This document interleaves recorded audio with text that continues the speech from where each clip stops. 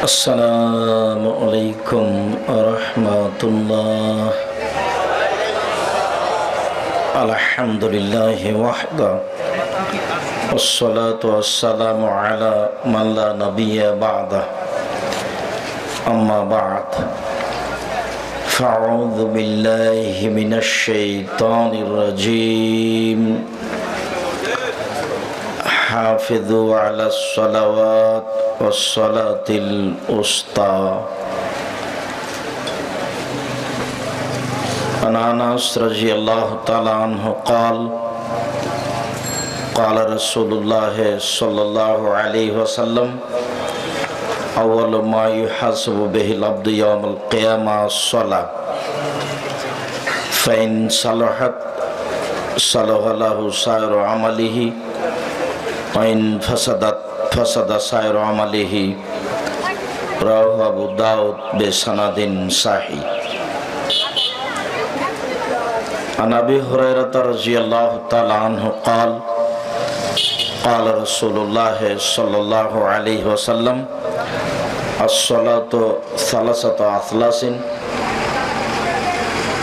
at-tuhuru thulusun war-ruku'u thulusun was-sujudu thulus faman addaha bihaqqiha qabilat minhu salatuhu wa qabila sa'iru amalihi wa in ruddat alayhi salatuhu rudda alayhi sa'iru amalihi.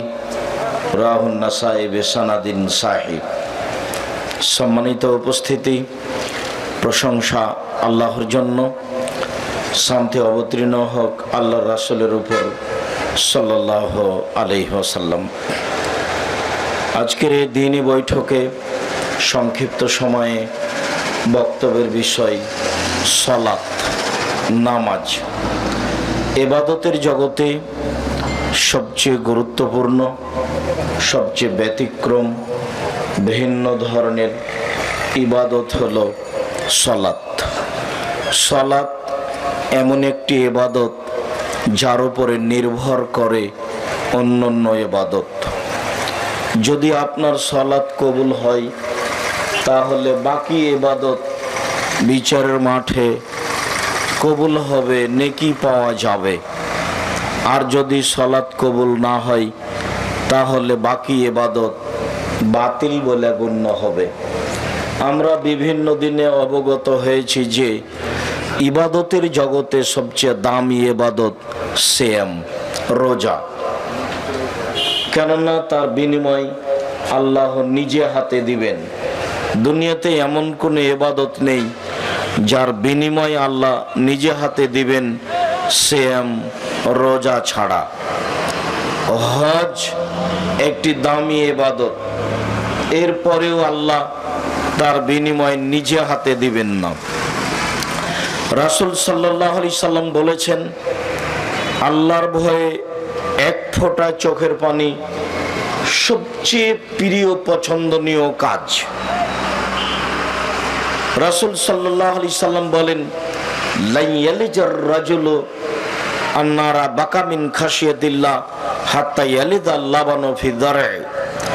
গাভীর but ওলান থেকে দুধ বের করে ভিতরে ঢোকানো যায় না, যেমন আল্লাহর ভয়ে কাঁদে যে সে জাহান্নামে যাবে না, তেমন গাভীর বাট ওলান থেকে দুধ বের করে ভিতরে ঢোকানো যায় না, যেমন আল্লাহর ভয়ে কাঁদে যে সে জাহান্নামে যাবে না, তেমন অতীব গুরুত্বপূর্ণ ইবাদত আল্লাহর ভয়ে কেঁদে এক ফোঁটা চোখের পানি ঝরানো। এরপরেও নেকি আল্লাহ নিজে হাতে দিবেন না,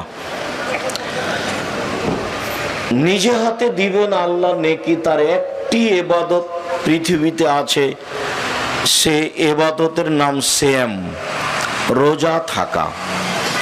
বৃহস্পতিবার, সোমবার সিয়াম থাকুন। এই দুই দিনে সাপ্তাহিক রিপোর্ট আল্লাহর দরবারে পেশ করা হয়। আল্লাহর নবী বলেছেন, আমি ভালোবাসি, আমার মন চাই, আমাকে ভালো লাগে। তোমাদের প্রয়োজন যদি থাকে এখন মেটাতে হবে না, এখন কোনো প্রয়োজন মেটানোর কাজ গ্রহণ হবে না। অনেক দিন থেকে আপনাদের এখানে প্রচার হচ্ছে, অনেকেই বাড়িতে শুয়ে আছেন। কেন আছেন আমি জানি না। আপনি বাড়িতে থেকে কি দেখাতে চাচ্ছেন, কি বা করেন আপনি? আপনি স্ত্রী সপরিবারে সবাই জানছেন যে একটা দিনই বৈঠকের ব্যবস্থা করা হয়েছে। আল্লাহর কসম, আমি আমার বক্তৃতার জগতে অপ্রয়োজনীয় কথা বলি না, বলার চেষ্টা করি না। আমি আপনার জন্য এসেছি। আপনি বাড়িতে থেকে আমাকে কি দেখাতে চাচ্ছেন? এটা আপনার ভিত্তি কি? বা এখানে এসে আপোষে গল্প করে আপনি আমাকে কি দেখাতে চাচ্ছেন? দয়া করে যে যেখানে আছেন দোকানপাট বন্ধ করে, চলাচল বন্ধ করে, লেনদেন ক্রয় বিক্রয় বন্ধ করে কিছুক্ষণ অপেক্ষা করুন। আপনার আমি কিছু না কিছু উপকার করবই করব ইনশাল্লাহ। আপনার সাথে আমি ওয়াদাবদ্ধ ইনশাল্লাহ, আপনার আমি কিছু উপকার করবই করব ইনশাল্লাহ।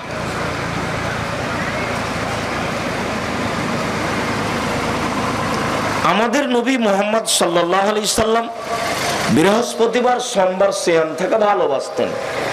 তিনি বলেছেন, আমার মন চায়, আমাকে ভালো লাগে, আমার যখন রিপোর্ট পেশ করা হবে পাপ নেকির, তখন আল্লাহ দেখুক যে আমি সিয়াম আছি, আমার রিপোর্টের সময় দেখুক।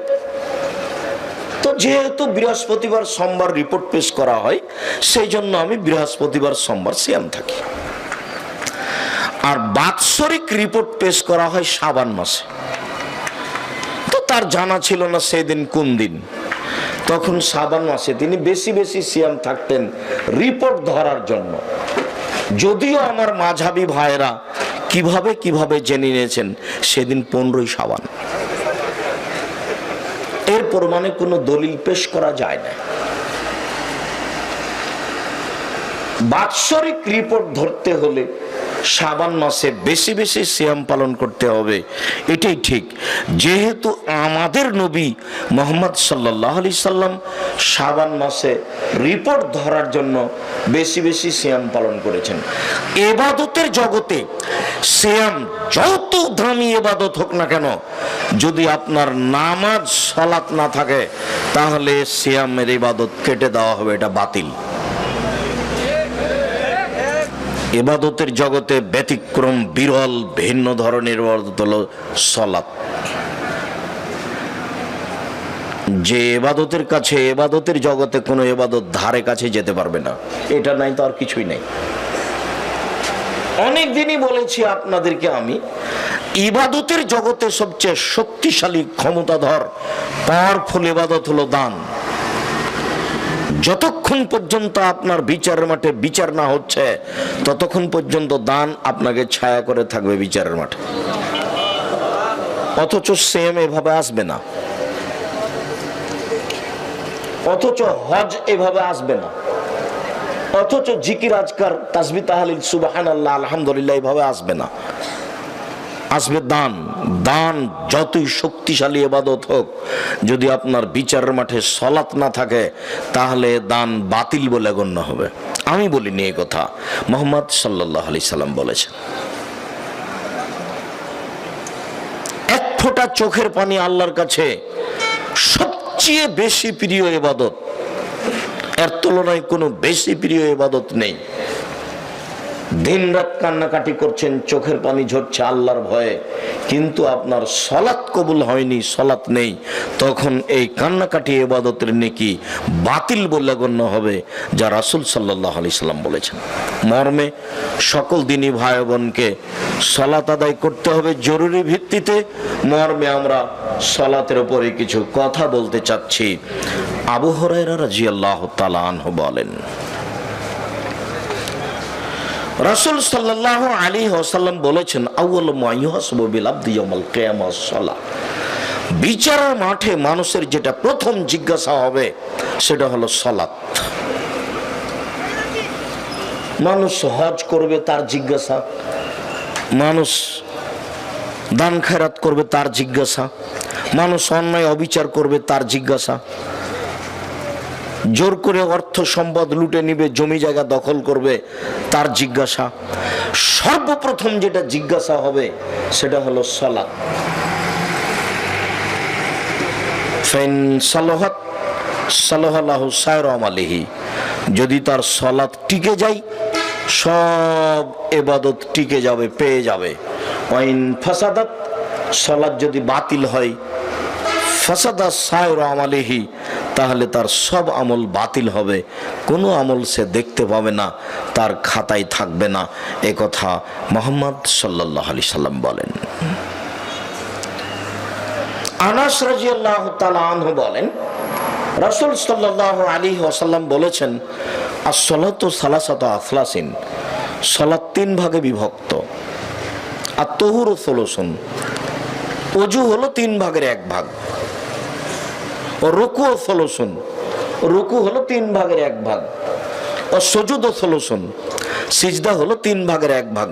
ফামান আদাহু বিহাক্কিহা, কেউ যদি এইগুলি ঠিক ঠিক আদায় করে, ওযু ঠিক মতো করে, রুকু ঠিক মতো করে, সিজদা ঠিক মতো করে, কবিলাত সালাতুহু ও কবিলা সায়রা আমালিহি, তাহলে তার সালাত কবুল করা হবে, তার সব ইবাদত কবুল করা হবে।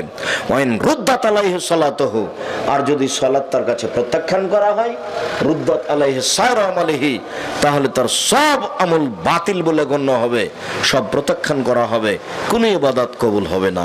এই কথা মুহাম্মদ সাল্লাল্লাহু আলাইহি সাল্লাম বলেন। সম্মানিত দিনী ভাই বোন, আমরা আপনাদেরকে আন্তরিকভাবে জোরালো অনুরোধ জানাচ্ছি যে মানুষের জীবনে সবচেয়ে গুরুত্বপূর্ণ কাজ হলো সালাত, নামাজ। মানুষের জীবনে এর চেয়ে কোনো গুরুত্বপূর্ণ কাজ পৃথিবীতে নেই।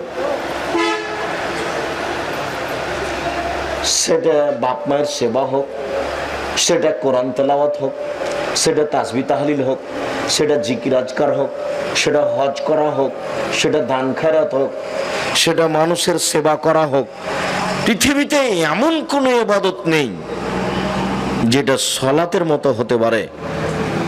সালাত এক আশ্চর্য বিরল ভিন্ন ধরনের ইবাদত, যার তুলনা পৃথিবীতে নেই। এটা আছে তো বাকি ইবাদত আছে, এইটা নেই তো কিছুই নেই। সালাত আজকের আলোচনায় সংক্ষিপ্ত বিবরণে সালাতের ফজিলত না বলে সালাত আরম্ভ হওয়ার সূচনা। সালাত আরম্ভ করতে হলে ওযু করতে হয়, ওযু করতে গেলে পেশাব পায়খানার প্রয়োজন হয়, পেশাব পায়খানায় যাবেন, ঢোকার সময়তে বা পেশাব পায়খানায় ঢুকে টয়লেটে ঢুকে বসার সময় বলবেন। ঢুকলেই দোয়া পড়া যাবে না এ কথা নয়, কিন্তু যখন পেশাব পায়খানা আরম্ভ হয়েছে তখন দোয়া পড়া যাবে না, এটা হলো কথা। ঢুকে গেছেন আর বলা যাবে না, এটা নয়। আল্লাহুম্মা ইন্নী আউযু বিকা মিনাল খুবুসি ওয়াল খাবায়েস, নিশ্চয় আমি অপবিত্র জিন জিন্নি থেকে তোমার কাছে আশ্রয় চাচ্ছি, শয়তান থেকে তোমার কাছে আশ্রয় চাচ্ছি। টয়লেট, পেশাবখানা, পায়খানা হলো জিন থাকার জায়গা, শয়তান সেখানে থাকে। রাসূল সাল্লাল্লাহু আলাইহি সাল্লাম বলেন, কেউ যদি এই দুয়ার পূর্বে বিসমিল্লাহ বলে, বিসমিল্লাহি আল্লাহুম্মা ইন্নী আউযু বিকা মিনাল খুবুসি ওয়াল খাবায়েস, তাহলে শয়তান তার লজ্জা স্থান দেখতে পাবে না, ক্ষতিও করতে পারবে না। আর যদি বিসমিল্লাহ ছেড়ে বলেন তাহলে লজ্জা স্থান দেখতে পাবে কিন্তু ক্ষতি করতে পারবে না। আমি আল্লাহকে বলেছি, ওর ক্ষমতা বন্ধ হয়ে গেছে।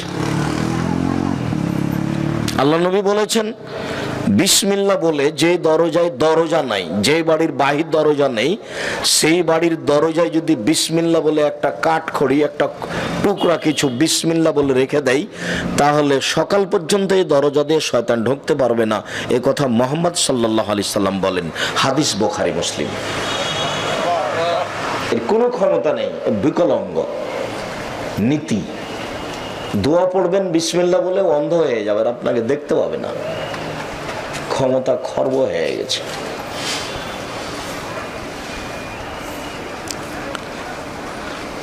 পেশাব পায়খানা থেকে বের হয়ে আসছেন,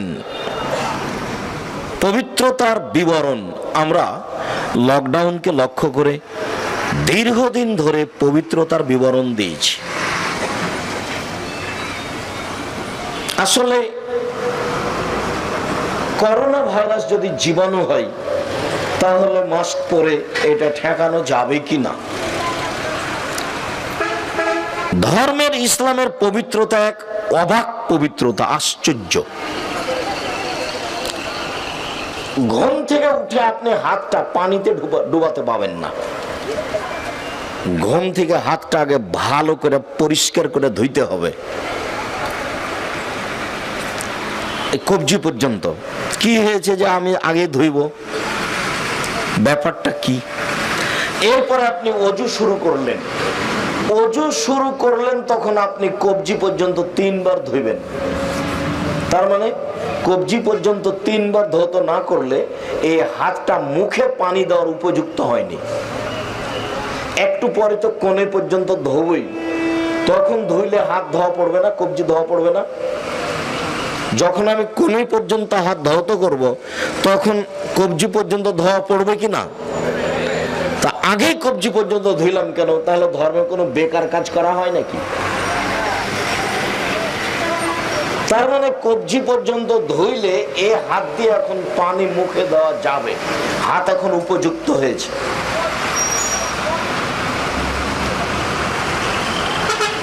করোনা ভাইরাস থেকে বাঁচার জন্য মাস্ক পরলেতে একটা থেকে হিতে বিপরীত হবে, সেরেক হয়ে যাবে। এ রক্ষা করতে পারে? রাসূল সাল্লাল্লাহু আলাইহি সাল্লাম একদিন বলছেন, লা ইউদি শাইউন শায়া, কোনো কিছু কোনো কিছুকে অতিক্রম করতে পারে না। লা ইউদি শাইউন শায়া, রোগ জীবাণু একজনের কাছ থেকে আরেকজনের কাছে যেতে পারে না। লা ইউদি শাইউন শায়া, রোগ জীবাণু একজনের কাছ থেকে আরেকজনের কাছে যেতে পারে না। তখন একজন পল্লীর মানুষ দাঁড়ায় বলছে, জি যাই। একটা উটকে চুলকানি ঘাও হলে বাকি সব উটকে হয়ে যায়। তখন আল্লাহ রাসূল বলেন, এই মানাজরা বালাওয়ালা, প্রথমটাকে কিভাবে হলো বলো? একটা থেকে যে আরেকটা চলে যায়, তো প্রথমটা কিভাবে হলো? তো সাহাবে আর কিছু বলছেন না।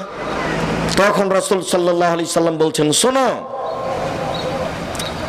ইন্নাল্লাহা খালাকাল খালকা,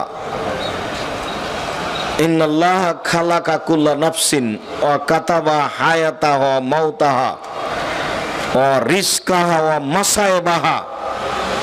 আল্লাহ প্রত্যেকটা প্রাণীকে সৃষ্টি করেছেন। সৃষ্টি করার সময় তার মরণ, তার জীবন, তার রুজি, তার বিপদ আপদ, রোগ ব্যাধি লিখে দিয়েছেন।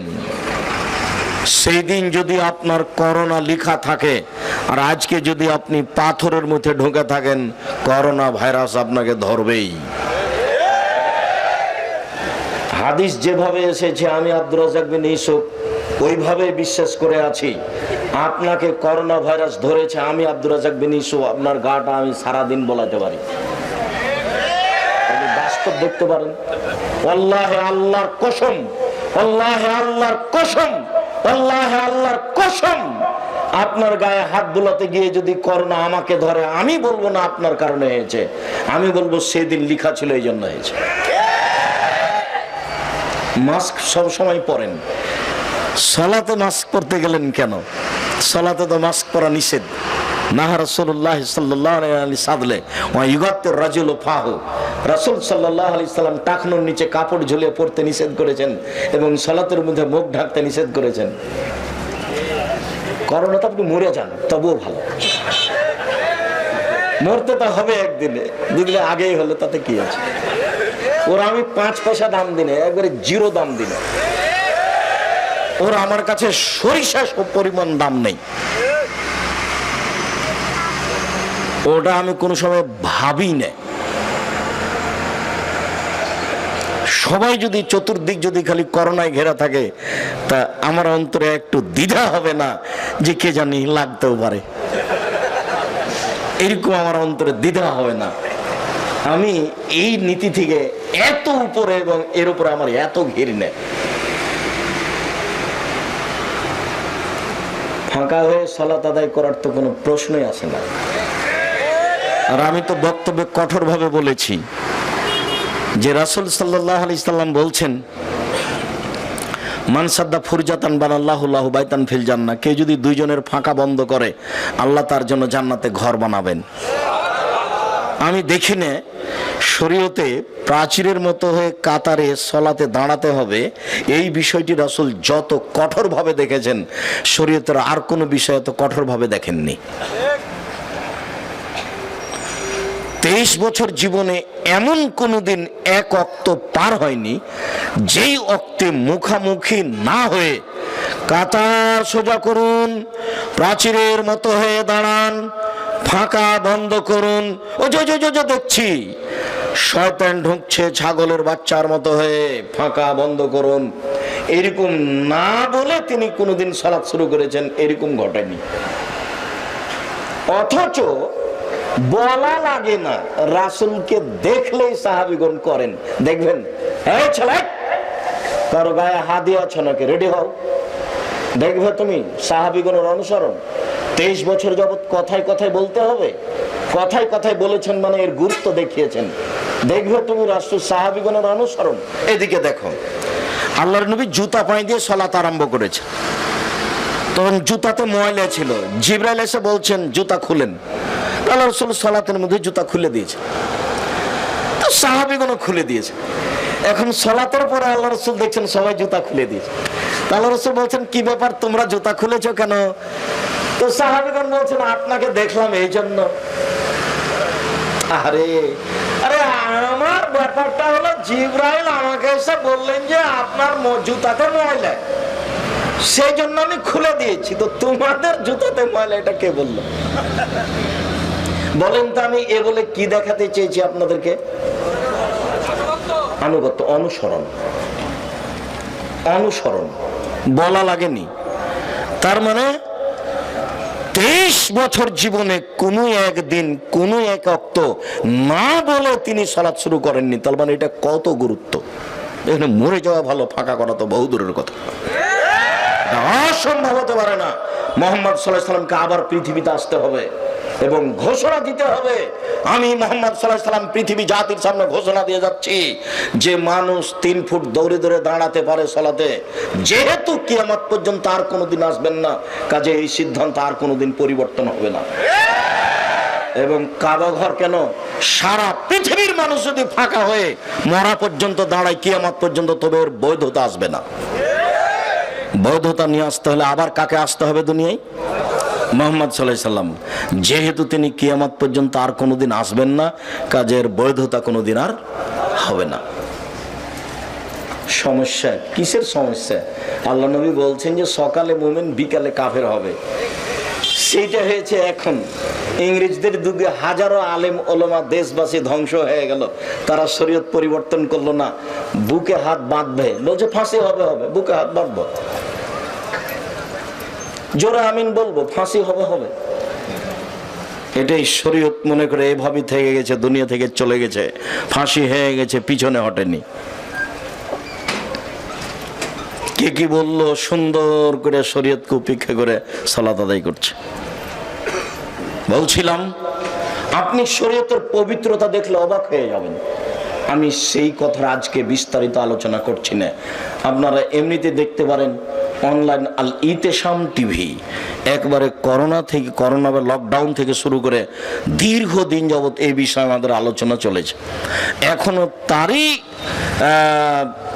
জের ধরে সালাতের উপরে আলোচনা চলছে। আপনারা জুমার দিনে উপস্থিত হবেন জামিয়া সালাট ডাঙ্গিপাড়া বাইতুল হাম জামে মসজিদে। আপনাদের সামনে বিষয়ে বিস্তারিত বিবরণ নীতিগতভাবে দেওয়া হবে ইনশাআল্লাহ। বলছিলাম অজু। রাসূল সাল্লাল্লাহু আলাইহি সাল্লাম বলেন, আলা আদুল্লুকুম মায়ামহুল্লাহু বিহিল খাতায়া ওয়া ইয়ারফু বিহিদ দারাজাত। শোনো, আমি তোমাদের একটা আমলের কথা বলে দেব যাতে তোমাদের পাপ মিটে যাবে, মান বেড়ে যাবে। শোনো, আমি কি তোমাদের একটা আমলের কথা বলে দিব নাকি, যাতে পাপ মিটে যাবে, মান বেড়ে যাবে? কালুবালা, হ্যাঁ বলবেন না কেন, বলেন সেটা কি? যাতে মান বেড়ে যাবে, পাপ মিটে যাবে। তখন আল্লাহ রসুল বলছেন, শোনো শোনো শোনো, এটা হলো ইসবাগুল উযু আলাল মাকারিহে। কষ্টের সময়, শীতের দিনে ভালো করে অজু করলে মান বেড়ে যাবে, পাপ মিটে যাবে। কাসরাতুল খতায়া ইলাল মাসাজিদ, বেশি বেশি পায়ে হেঁটে মসজিদে যেতে হবে। মসজিদ থেকে যদি বাড়ি দূরে হয়, পায়ে হেঁটে মসজিদে গেলে পাপ মিটে যাবে, মান বেড়ে যাবে। 3, ইন্তেজারুস সালাহ বাদাস সালাহ, এক সালাতের পরে আর এক সালাতের অপেক্ষা করতে হবে। জোহর পড়েছি, কখন আসর হবে, জোহর পড়েছি কখন আসর হবে, এক সালাতের পরে আর এক সালাতের অপেক্ষা করলে মান বেড়ে যাবে, পাপ মিটে যাবে। মনে থাকবে না মনে হয়? আরেকটা কথা বলে আমরা এখান থেকে আগাবো।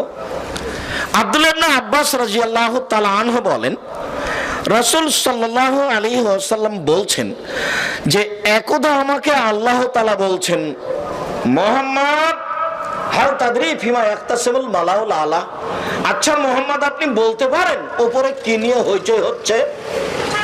আচ্ছা মুহাম্মদ আপনি বলতে পারেন উপরে কি নিয়ে হইচই হচ্ছে? বলা নাম, জি হ্যাঁ আমি বলতে পারি। আল্লাহ আমি বলতে পারি উপরে কি নিয়ে হইচই হচ্ছে। আল কাফারাত, মানুষের পাপ মিটে যাবে কি করলে এই নিয়ে হইচই হচ্ছে। ফেরেশতাগণ বলছেন যে এই করলে পাপ মিটে যাবে। ফেরেশতাগণ বলা বলি করছেন যে এই করলে পাপ মিটে যাবে। এই নিয়ে ফেরেশতাগণ বলা বলি করছেন। আল কাফারাত, পাপ মিটে যাবে এই কাজ করলে। 1, আল মাকসু ফিল মাসাজিদ বাদা সালাওয়াত, সালাতের পরে মসজিদে বসে বসে তাসবিহ তাহলিল জিকির আজকার করলে পাপ মিটে যাবে, মান বেড়ে যাবে। সালাতের পরে মসজিদে বসে বসে জিকির আজকার করলে পাপ মিটে যাবে, এই নিয়ে হইচই হচ্ছে। আপনার স্বভাবের কথাটা বলি, আপনার স্বভাব হলো যে একদিন একেবারে কোন রকম করে জুমার দিনে যান, আর যেমন সালাম তেমনি দাঁড়িয়ে গেছে। নীতি পরিবর্তন করেন, কাউকে বলা লাগবে না। নীতি পরিবর্তন করেন, জজ কোর্টও নয়, হাইকোর্টও নেই। অর্থ সম্পদকে লুটে নিচ্ছে না, জুতা নিয়ে কেউ পালিয়ে যায়নি, যাই যাবে কি আছে। আপনি সালাম ফিরার সাথে সাথে দাঁড়িয়ে গেলেন কেন? 1, সালাতের পরে মসজিদে বসে জিকির করলে পাপ মিটে যাবে। 2, আল মাসি আলাল আকদামিল জামাত, পায়ে হেঁটে মসজিদে গেলে পাপ মিটে যাবে।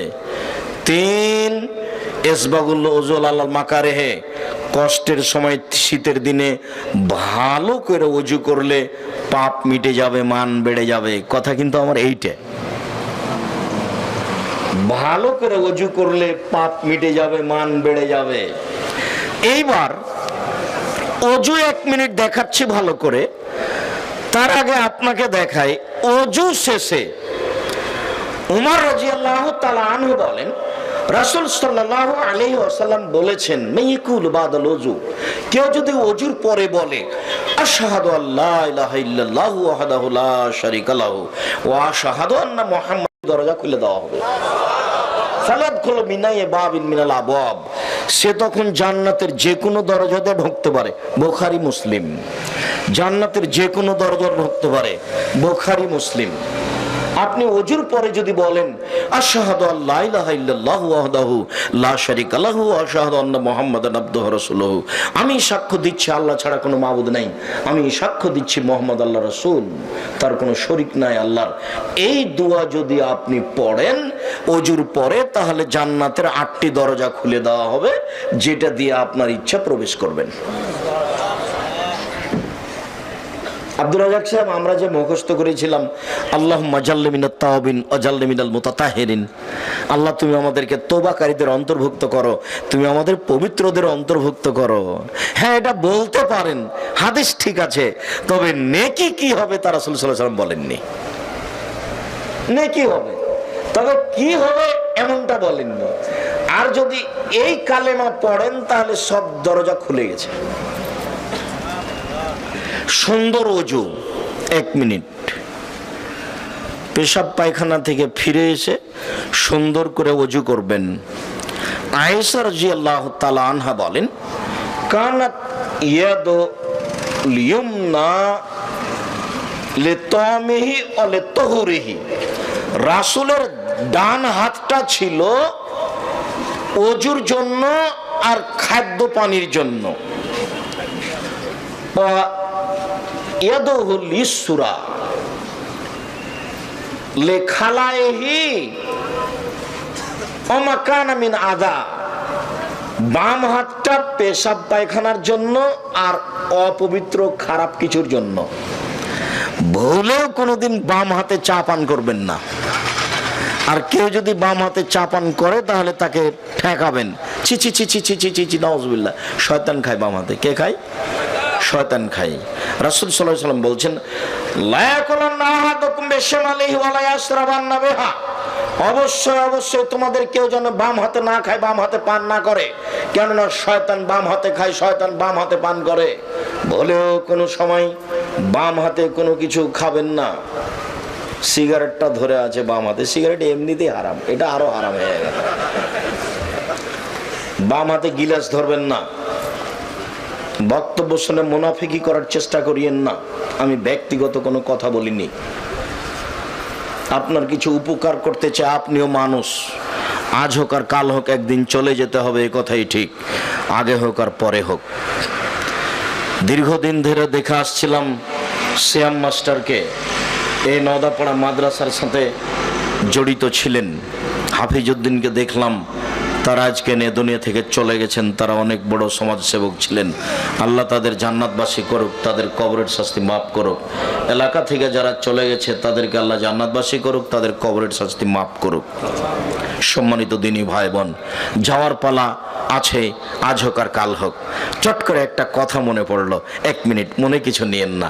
কথা যদি আপনার গায়ের উপরে লাগে তবু আপনি মনে কিছু নিয়েন না, লাগতেও পারে। যখন আমি এখানে বাসা করি, যখন লেবার মিস্ত্রি কাজ আরম্ভ করেছে, তখন পাড়ার ছেলেরা গিয়ে হাতুড় দিয়ে কয়েকজনকে মেরে তাড়িয়ে দিয়েছে। কি না, তো 50,000, 2 লক্ষ টাকা লাগবে। তো শাহাদাত শাহর কাছে বিচার দেওয়া হলো। তো উনি বললেন ঠিক আছে, বিচার করে দেবো। তো গেলাম আমি, তো আরো লোকজন আছে। তো একটা লোক স্বাধীন নামে, ওই পাড়ার স্বাধীন তার নাম, তো খুব জোরে চিল্লাচিল্লি করছে, বলছে যে হ্যাঁ আপনি যারা কাজ করবে তাদেরকে বলে লেবার মিস্ত্রি নেননি, এরকম কিছু বলছে। তো অনেক লোকজন আছে। তো ইতিমধ্যে মুকসেদ মন্ডল লাভ দিয়ে উঠে বলছেন, এই তোর কিসের বিচার রে, যা, এখানে কোনো বিচার নেই। তো শাহাদাত হোসেন শাহ তার মুখের উপরে কিছুই বললেন না, একেবারে কিছুই না, চুপ হয়ে থেকে গেলেন। বৈঠক ভেঙে গেল, সবাই চলে গেল। আমাকে বলে পাঠানো হলো যে ওনাকে কাজ করতে বলবেন, কোনো সমস্যা নেই। ঠিকই পরের দিন লেবার মিস্ত্রি কাজ করছে, কোনো সমস্যা নেই। তো মুকসেদ মন্ডল নেই, এটা হলো মূল কথা। চলে গেছেন, যাওয়ার পালা আছেই, আজ হোক আর কাল হোক। কাজেই কথাকে উপেক্ষা করে কোনো লাভ নেই। কথাকে উপেক্ষা করে করবেন কি, কি হবে এমন কিছুই না। ভুলেও কোনোদিন বাম হাতে খাদ্য পানি ব্যবহার করবেন না। কাউকে দেখলেই নিষেধ করবেন, ছি ছি ছি ছি, বাম হাতে শয়তান খায়। ও কষ্ট পায়, তাকে তিতা লাগুক আর মিঠা লাগুক তাতে আসে যায় না। বিমানবন্দরে ঢুকে বসে আছি, তো একটা লোক এসে বলছে, চট করে সালাম দিয়ে কথা বলছেন, কথা একটু নরম করে বললে হয় না? আমি বলছি যে আমি তো নরম করে বলতে পারি না, নরম করে বলি না, তার ফলাফল ভালো নয়, এই জন্য। তো বলছেন যে নরম করে বললেও তো হয়। তখন আমি বললাম যে আল্লাহ মাফ করুক, এখন বিমানবন্দরে যে লোকগুলো বসে আছে, যদি জরিপ করা হয় যে কার কথা মেনে চলে মানুষ বেশি, আমি যদি প্রথম না হয় আমি জাতির সামনে কথা বলবো না। আপনি তখন চট করে বলছে আমিও আপনার কথা মেনে চলি। তো অনেক দিন থেকে ভাবছিলাম কোনোদিন দেখা হলে বলবো যে একটু নরম করে বললেও তো হয়। নরম করে বললে হবে না, বক্তব্যের গতি এটা নয়। এই যা খাতাবা, যখন আল্লাহ রাসূল বক্তব্য দিতেন, ওহমারা তাই না হো, তার দুই চোখ লাল হয়ে যেত, ওয়াস্তাদা গাজাব হো, তার রাগ বেশি হয়ে যেত, ওয়ালা সাউত হো, তার কণ্ঠ উঁচু হয়ে যেত, কান মনোজরা যায় যেন তিনি সৈন্য দলকে ধমক দেখাচ্ছেন, এই করতে হবে সেই করতে হবে। এটা ছিল তার বক্তব্যের গতি, যেখান দিয়ে যাবে কেটে ছিঁড়ে চলে যাবে, 20 বছর পরে যেন মনে থাকে। তার নাম বক্তব্য। সে পক্ষে থেকে আর বিপক্ষে থাকে, সে বিপক্ষে থেকে তো বুঝেছে, বিপক্ষে আছে মানে কথাও বুঝেছে। আপনি কথা উল্টে ধরলে আমার আসে যায় না, আমি ওই হিসাব করি না। মক্কা মদিনায় যদি কিয়ামত পর্যন্ত মানুষ ফাঁকা হয়ে দাঁড়ায়, তবু আমি আব্দুর রাজ্জাক বিন ইউসুফ আমার হায়াতের বৈধতার ফতোয়া দেব না। সারা দুনিয়া তো বহু দূরের কথা। এবং আমি তখন কোরআন হাদিস আমার সাথে থাকবে না এই কথা আমি বলবো না, আমি বলবো আমার সাথে কোরআন হাদিস আছে, এই কথা আমি বলবো। আমি তো কোনো বিপদেই পড়িনি, বিপদে পড়লেই ভুল পথে যাব এরকম অনুমোদন আছে কি না, বিপদেই পড়লাম না তার আগে শরীয়তের সাথে এত কিছু আচরণ। ধর্ম পাগল হয়ে গেছে, ধর্ম রাজশাহী চাঁপাইনবাবগঞ্জের হাওয়াই লাড্ডু, দোনো হাত মে লাড্ডু হয় যে চায় উসকো খালে। ধর্ম পাগল হয়ে গেছে। মোহাম্মদ সাল্লাল্লাহু আলাইহি সাল্লামের নীতি কি পৈক্যগ্রাম ধর্ম দেখাচ্ছে। শুনুন সম্মানিত দিনী ভাই বোন, ভুলেও কোনোদিন খাওয়ার জন্য, পবিত্রতার জন্য বাম হাত ব্যবহার করবেন না। পেশাব পায়খানায় বাম হাত ব্যবহার করবেন, শয়তান বাম হাতে খায়। সুন্দর করে ওযু হয়েছে, দোয়া পড়েছি, এইবার সালাত। ওইদিকের আলোচনাটা লম্বা করলাম না, এইখানে একটু আলোচনা করে যাব। সেই জন্য আল্লাহু আকবার বলে সালাতে দাঁড়াতে হবে। আবু হুরায়রা রাদিয়াল্লাহু তাআলা আনহু বলেন, কানা নবী সাল্লাল্লাহু আলাইহি সাল্লাম ইফতাতিহু ইসকুতু বাদা তাকবীরে বাইনা তাকবীরে ওয়া বাইনাল কিরাতে ইসকাতাতান। আল্লাহ রাসূল আল্লাহু আকবার বলার পরে কিছুক্ষণ থেমে থাকতেন। আল্লাহু আকবার বলার পরে কিছুক্ষণ থেমে থাকতেন। তো আমি বললাম, আল্লাহর নবী, আমার পিতামাতা আপনার জন্য উৎসর্গ হোক, আপনি থেমে চুপ থেকে কি বলেন? আপনি যে চুপ থাকেন তো আপনি কি বলেন? তখন আল্লাহ রাসূল বলছেন, আকুলো, আমি বলি, আল্লাহুম্মা বা'id বাইনি ওয়া বাইনা খাতায়ায়া কামা বা'আদতা বাইনাল মাশরিক ওয়াল মাগরিব। হে আল্লাহ, তুমি আমাকে আর আমার পাপকে অত দূরত্বে করে দাও, আমার মাঝে আর আমার পাপের মাঝে এত দূরত্ব করো, পূর্ব এবং পশ্চিম একটা থেকে আর একটা যত দূরত্বে রয়েছে, মানে পাপ যেন আমার ধারে কাছে না আসে। আল্লাহ নাক্কিনি মিনাল খাতায়া কামা ইউনাক্কা সাবুল আবিজু মিনাদ দানাস। হে আল্লাহ, তুমি আমাকে আমার পাপকে ধুইয়ে দাও, ময়লা যেমন ভাবে সাদা কাপড়কে ময়লা থেকে ধুয়ে পরিষ্কার করা হয়। আল্লাহ মাগসিল খাতায়া বিল মাই ওয়াস সালজি ওয়াল বারাদ। হে আল্লাহ, তুমি আমার পাপ ধুইয়ে দাও ঠান্ডা পানি দিয়ে, তুষার দিয়ে, বরফ দিয়ে ধুয়ে পরিষ্কার করে দাও। এইটা একটা দোয়া পড়তে পারেন তাকবীরে তাহরিমার পরে। তাকবীরে তাহরিমার পূর্বে একটু কথা বলে রাখি, দাঁড়াবেন, দুই পায়ের মাঝে ফাঁকা রাখবেন, শরীরের ভারসাম্য বজায় রাখতে যতটুকু ফাঁকা রাখা লাগে। দুই পা জমা রাখলে ভারসাম্য রাখা যাবে না। আর মহিলা বৈঠকে চাঁপাইনবাবগঞ্জে বলা হয়েছে যে দুই পায়ের গোড়ালি জমা করে রাখতে হবে, কেননা দুই পা ফাঁকা থাকলে লজ্জাস্থানের যোগাযোগ মাটির সাথে হতে পারে, মাটি অভিশাপ করবে। আবার বৈঠকে বলা হয়েছে, বুবু তুমি যদি সালোয়ার কামিজ পরে থাকো ভালো কথা, আর যদি শাড়ি পরো তাহলে ল্যাঙ্গট পরতে হবে, অন্যথায় নামাজে দাঁড়ালে লজ্জাস্থানের যোগাযোগ মাটির সাথে হবে। বুবু মিথ্যা কথা বলেছেন, ধর্মের নামে একটা অহেতুক নোংরা কথা বলেছে। এত কাপড়ের ব্যবস্থা ছিল না, আর এখানে শিরকি নোংরা কথা কেন? ভুলেও নয়, কখনো নয়। আল্লাহু আকবার বলে সালাতে দাঁড়াবেন, ওযু সুন্দর করে করে আসবেন। ওখানে আর একটা কথা রেখে চলে এসেছি, প্রত্যেকটা অঙ্গকে 3 বার করে ধর নাম সুন্দর ওযু, 3 বার পানি দেওয়া নয়। কবজি পর্যন্ত একবার ধুইতে গিয়ে 10 বার পানি লাগুক। সম্পূর্ণ যখন ভিজে গেছে তখন একবার ধোয়া, ভিজা জায়গায় পানি দিয়ে ধর নাম দ্বিতীয়বার ধোয়া, ভিজা জায়গায় পানি দিয়ে ধর নাম তৃতীয়বার ধোয়া। এ হলো সুন্দর ওযু। কথা বুঝাতে পারিনি?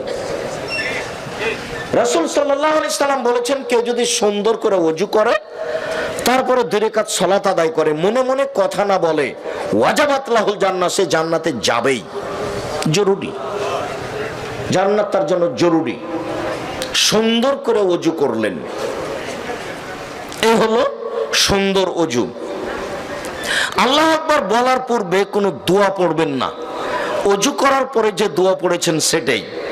আল্লাহু আকবার বলার পূর্বে বিসমিল্লাহ বলবেন না। আল্লাহু আকবার এটা খুব পাওয়ারফুল শব্দ, খুব ক্ষমতাধর। আল্লাহু আকবার, এর পূর্বে বিসমিল্লাহির রহমানির রহিম, আল্লাহু আকবার জিনা। ওযু করার সময় তো বিসমিল্লাহ বলবেন, যদি ওযুর সময় বিসমিল্লাহ না বলেন তাহলে ওযু হবে না, এই কথা রাসূল সাল্লাল্লাহু আলাইহি সাল্লাম বলেন। ওযু করার পরে মহিলাদের মাথা থেকে কাপড় পড়ে গেলে ওযু ভেঙে যাবে, কথা মিথ্যে। ওযু করার পরে নখ কাটলে ওযু ভেঙে যাবে, কথা মিথ্যে। ওযু করার পরে বাচ্চাকে দুধ খাওয়ালে ওযু ভেঙে যাবে, কথা মিথ্যে। ওযু করার পরে কুকুর ছুঁয়ে নিলে ওযু ভেঙে যাবে, কথা মিথ্যে। ওযু করার পরে ওযু ভেঙে যায় না। কি করলে ওযু ভাঙে? পেশাব করলে, কি করলে? পায়খানা করলে, কি করলে? বায়ু আসলে, কি করলে? ঘুমিয়ে গেলে, কি করলে? উটের গোশত খেলে। এছাড়া ঘেরা গোসলখানায় পরনে কাপড় নেই, খালি গায়ে গোসল করছেন, এরপর ওযু ভেঙে যাবে না। লজ্জা স্থানে যদি হাত পড়ে ওযু করা, গোসল করার সময়, তাহলেও কি ওযু ভাঙবে না? জিনা ভাঙবে না, পুরুষ নারীর কারো ভাঙবে না। কেউ যদি উত্তেজিত অবস্থায়,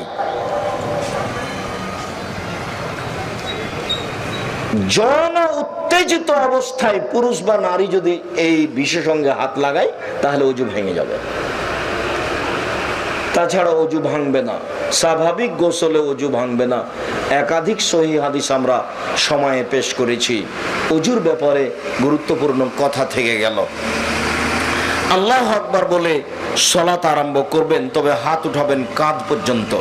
কিছু হাদিসে এসেছে কাঁধ সামনাসামনি, কিছু হাদিসে এসেছে কানের লতি সামনাসামনি, কিছু হাদিসে এসেছে কান সামনাসামনি।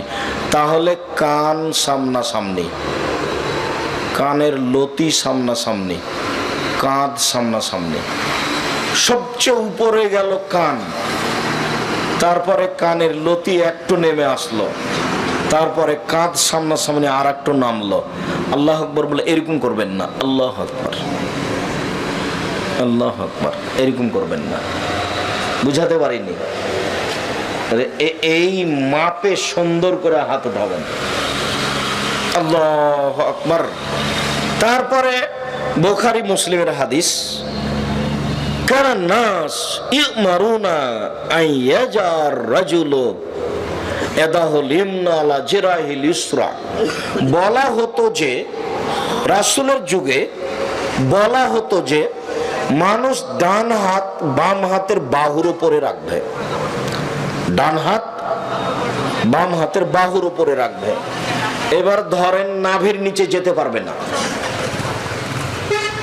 3টি সহিহ হাদিস বুকের উপরে রাখা, কবজির উপরে কবজি, চারটি জয়ীফ হাদিস নাভির নিচে রাখা, নাভির নিচে রাখার কোনো হাদিস গ্রহণীয় নেই। বুকের উপরে রাখবেন, হাদিস সহিহ। তারপরে এই সানা পড়বেন, তারপরে আপনি বলবেন আউযু বিল্লাহি মিনাশ শাইতানির রাজিম, মারদুদ বিতাড়িত শয়তান থেকে পরিত্রাণ চাচ্ছি, বিসমিল্লাহির রহমানির রহিম, পরম দয়াতা দয়ালুর নামে আরম্ভ করছি। আউযুবিল্লাহ বিসমিল্লাহর এখানে জরুরি কথা যে যদি কোরআন মাজিদের আয়াত আরম্ভ করেন তাহলে আউযুবিল্লাহ, আর যদি আয়াত বলতে কোরআন মাজিদের প্রথমে হয়, শুরুতে হয়, তাহলে আগে আউযুবিল্লাহ তারপর বিসমিল্লাহ। আবার ভালো করে মনে করবেন, প্রথমে শুরু করলেন আউযুবিল্লাহ বিসমিল্লাহ বলে সূরা ফাতিহা, তো এখন আউযুবিল্লাহ বিসমিল্লাহ দুটাই বলতে হবে। এখন আরেকটা সূরা শুরু করলেন সূরা ইখলাস, এখন বিসমিল্লাহ বলতে হবে। কিন্তু আরেকটা সূরার প্রথম থেকে শুরু না করে মধ্যে থেকে শুরু করলেন, তখন কি বিসমিল্লাহ বলবেন? জি না। সূরার মধ্যে শুরু করলে বিসমিল্লাহ বলা হবে না। মধ্যে শুরু করলে বাস সূরা ফাতিহা শেষ হয়ে গেল, ওখানে চলে যাবেন। আলহামদুলিল্লাহি রাব্বিল আলামিন, বিশ্ব জগতের প্রতিপালকের প্রশংসা। আর রহমানির রহিম, তিনি হচ্ছেন পরম দাতা দয়ালু। মালিক ইয়াউমিদ্দিন, তিনি হচ্ছেন বিচার দিনের মালিক। ইয়াকা না'বুদু, একমাত্র তোমার ইবাদত করি। ওয়া ইয়াকা নাস্তাঈন, একমাত্র তোমার নিকটে সাহায্য চাই। ইহদিনাস সিরাতাল মুস্তাকিম, তুমি আমাকে সোজা সঠিক পথ দেখাও। সিরাতাল লাযীনা আন'আমতা আলাইহিম, ওই পথ দেখাবে যেই পথের উপরে তুমি দয়া করেছো, ওদের পথ তুমি দেখাও যাদের প্রতি অনুগ্রহ করেছো। গায়রিল মাগযুবি আলাইহিম ওয়ালাদ-দাল্লিন, ওদের পথ দেখায়ও না যারা ভ্রান্ত। যাদের প্রতি তুমি অভিশাপ করেছো, ওদের পথ তুমি দেখায়ও না। আমিন। এই দীর্ঘ সময় ধরে তোমার দরবার যে প্রার্থনা করলাম, এই প্রার্থনা তুমি কবুল করো। সম্মানিত দিনী ভাই বোন, আপনাদের সাথে এখানে এই সূরা ফাতিহার সূচনাতে আরেকটি কথা থেকে যাচ্ছে যে আপনাদের সামনে আমি একটা সানা পড়ে দেখালাম, একটা, আল্লাহুম্মা বাঈদ বাইনি ওয়া বাইনা খাতায়ায়া। তবে আয়েশা রাদিয়াল্লাহু তাআলা আনহা থেকে আরেকটা সানা আছে হাদিস সহিহ, সেটা হলো এই সুবহানাকা আল্লাহুম্মা ওয়া বিহামদিকা ওয়া তাবারাকা ইসমুকা ওয়া তাআলা জাদ্দুকা ওয়া লা ইলাহা গায়রুক। সুবহানাকা আল্লাহুম্মা রাব্বানা ওয়া বিহামদিকা, হে আল্লাহ তোমার প্রশংসা সহকারে তোমার পবিত্রতা বর্ণনা করছি। ওয়া তাবারাকা ইসমুকা, তোমার নাম মঙ্গলময় হোক। ওয়া তাআলা জাদ্দুকা, তোমার মর্যাদা উঁচু হোক। লা ইলাহা গায়রুকা, তুমি ছাড়া কোনো মাবুদ নেই। এইটি আপনি, এই দুরূদ দুইটি আপনি 5 ওয়াক্ত সালাতে, নফল সালাতে পড়তে পারেন। তবে যদি রাতে উঠে সালাত আরম্ভ করেন, তখনকার সানা একটু ভিন্ন। মুখস্থ করতে না পারলেও তো চেষ্টা তো করতে হবে। তো ওখানে দুটা সানা বলে আবার এখানে ফিরে আসছি। এক, ঘুম থেকে উঠে কোরআন মাজিদের সূরা আল ইমরানের শেষ রুকুর 5 আয়াত পড়বেন। প্রথম 5 আয়াত, ইন্না ফি খালকিস সামাওয়াতি ওয়াল আরদ ওয়া ইখতিলাফিল লাইলি ওয়ান নাহার, এখান থেকে শুরু করে ইন্নাকা লা তুখলিফুল মিয়াদ 5 আয়াত। এরপরে আপনি বলবেন আশহাদু আল্লা ইলাহা ইল্লাল্লাহু ওয়াহদাহু লা শারীকা লাহু লাহুল মুলকু ওয়া লাহুল হামদু ওয়া হুয়া আলা কুল্লি শাইইন কাদির ওয়া সুবহানাল্লাহি ওয়া আলহামদুলিল্লাহি ওয়া লা ইলাহা ইল্লাল্লাহু আল্লাহু আকবার ওয়া লা হাওলা ওয়া লা কুওয়াতা ইল্লা বিল্লাহ রব্বিগফিরলি। লা ইলাহা ইল্লাল্লাহু ওয়াহদাহু লা শারীকা লাহু, আল্লাহ ছাড়া কোনো মাবুদ নাই, তার কোনো শরীক নাই। লাহুল মুলকু, রাজত্ব তার। ওয়া লাহুল হামদ, প্রশংসা তার। লা ইলাহা ইল্লাল্লাহু ওয়াহদাহু লা শারীকা লাহু লাহুল মুলকু ওয়া লাহুল হামদু ওয়া হুয়া আলা কুল্লি শাইইন কাদির, তিনি সর্বশক্তিমান। ওয়া সুবহানাল্লাহি ওয়া আলহামদুলিল্লাহ, আল্লাহর পবিত্রতা বর্ণনা করি। আলহামদুলিল্লাহ, প্রশংসা আল্লাহর। ওয়া লা ইলাহা ইল্লাল্লাহ, আল্লাহ ছাড়া কোনো মাবুদ নাই। আল্লাহু আকবার, তিনি মহান। লা হাওলা ওয়া লা কুওয়াতা ইল্লা বিল্লাহ, বাহ্যিকভাবে এবং আন্তরিকভাবে নড়াচড়া করার কোনো শক্তি নেই, এইটুকু যদি আপনি বলেন, তারপরে রাসূল সাল্লাল্লাহু আলাইহি ওয়াসাল্লাম বলছেন যা দাউস্তুজিবা, এখন যা বলবে সেটাই কবুল করা হবে, যা বলবে সেটাই কবুল করা হবে। এখন যদি ওযু করে, অসাল্লা যদি সালাত আদায় করে, কবিলাত সালাতুহু, তাহলে তার সালাত কবুল করা হবে। তাহলে ঘুম থেকে উঠে যদি এই দোয়া পড়েন, লা ইলাহা ইল্লাল্লাহু ওয়াহদাহু লা শারীকা লাহু লাহুল মুলকু ওয়া লাহুল হামদু ওয়া হুয়া আলা কুল্লি শাইইন কাদির ওয়া সুবহানাল্লাহি ওয়া আলহামদুলিল্লাহি ওয়া লা ইলাহা ইল্লাল্লাহু আল্লাহু আকবার ওয়া লা হাওলা ওয়া লা কুওয়াতা ইল্লা বিল্লাহ। আরেকটু কথা এখানে থেকে যাচ্ছে যে এই দোয়া পড়ে যা বলবেন সেটাই কবুল হবে। তার আরেকটু শর্ত হচ্ছে ওযু করে শুইতে হবে। বুঝাতে পারিনি কথা? ওযু করে শুইতে হবে। শোয়ার ব্যাপারে কেবলার দিকে পা করা যাবে না, এটা কিন্তু বিধান নয়, বরং কেবলার দিকে পা করে শোন, এটাই ভালো। কেন কেন মানুষ মনে করলো যে কেবলার দিকে পা করা যাবে না, অথচ শোয়ার ব্যাপারে বিধান হলো ডান কাত বাম কাত, শুইবে ডান কাতে, এটা বিধান। কেবলা হলো পেশাব পায়খানার ব্যাপারে, পেশাব পায়খানা করতে পারবে না কেবলার দিকে মুখ করে, কিন্তু কেবলার দিকে পা করে শোয়া যাবে না এই কথা মিথ্যে। অতএব এটা উল্টা ভাবে ধরতে হবে, কেবলার দিকে পা করে শোন, তাহলে বাড়ির সবাই জেনে নেক যে না, কেবলার দিকে পা করাতে কোনো সমস্যা নেই। ডান কাতে শুইবেন, গালের নিচে এইভাবে হাতটা রেখে আল্লাহুম্মা বিসমি কামতু আহিয়া, ঠিক আছে। এছাড়া আপনি এই দোয়া পড়তে পারেন, আল্লাহুম্মা আসলামতু নাফসি ইলাইকা ওয়াজ্জাহতু ওয়াজহি ইলাইকা ওয়া ফাওয়াজতু আমরি ইলাইকা ওয়ালজাতু জাহরি ইলাইকা রাগবাতা রাহমাতান ইলাইকা লা মালজা ওয়া লা মানজা মিনকা ইল্লা ইলাইকা আমানতু বিকিতাবিকা আল্লাযী আনসালতা ওয়া নাবিয়্যিকা আল্লাযী আরসালতা। বুখারী মুসলিম। রাসূল সাল্লাল্লাহু আলাইহি ওয়াসাল্লাম এই দোয়া পড়ে নিয়মিত ঘুমাতেন। ওযু করে এই দোয়া পড়ে ঘুমিয়ে যাবেন, তারপরে উঠে এই দোয়া পড়বেন। এখন যা প্রয়োজন সেটা বলতে পারেন এখন যে নদাপাড়ায় একটা জমির ব্যবস্থা করে দাও, বলতে পারেন যে একটা ভ্যানের ব্যবস্থা করে দাও, বলতে পারেন যে আমার ব্যবসায় এখন বরকত দাও।